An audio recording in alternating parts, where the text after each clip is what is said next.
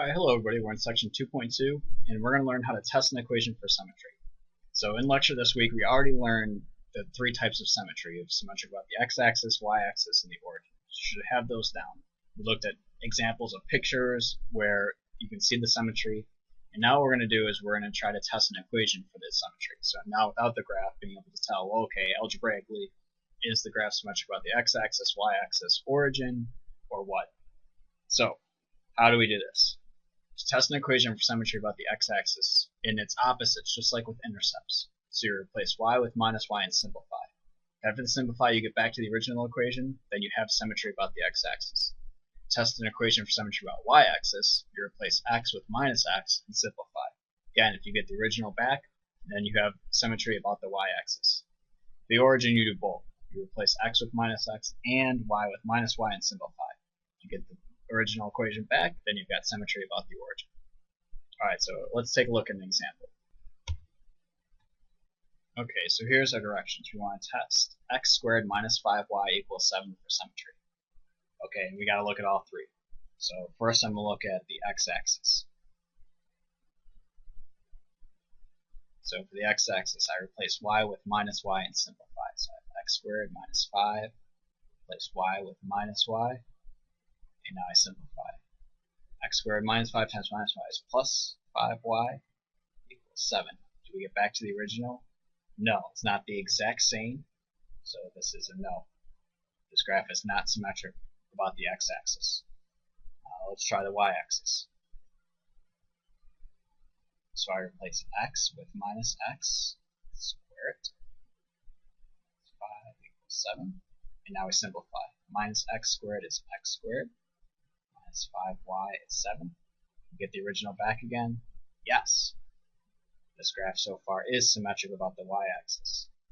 Alright, let's see what happens with the origin. For the origin, we do both. So I replace x with minus x, and y with minus y. And then we simplify. So here I get x squared, here I get plus 5y, I simplify. Do I get back to the original? No. So that guy was only symmetric to that one thing. Alright, let's look at one more example. Okay, let's try to test this equation for symmetry. So again, I'm going to check the x-axis first. So the x-axis, I replace y with minus y. So I rewrite all terms with x's, I leave those alone. Plus y turns into a minus y, and then I simplify. So this gives me 3x squared minus 5x. And minus y squared is plus y squared. Did I get back to the very original? Yes. This graph is symmetric about the x-axis. Alright, the y-axis. So let's see, testing the y-axis. Now I replace all x's, all of them, with minus x. So that x and this one as well. Plus y squared, leave the y alone, equals 0. Let's see what happens. Minus x squared turns into 3x squared, but here what happens? I get a plus 5x plus y squared is 0. Is that the exact same as the original? No. This guy is not symmetric about the y-axis. So far x-axis only, and now let's check out the origin. Okay, the origin we do both. So let's see, I replace all x's with minus x. And I replace y's with minus y. Let's see what happens. So this gives me, now I simplify, minus x squared is x squared.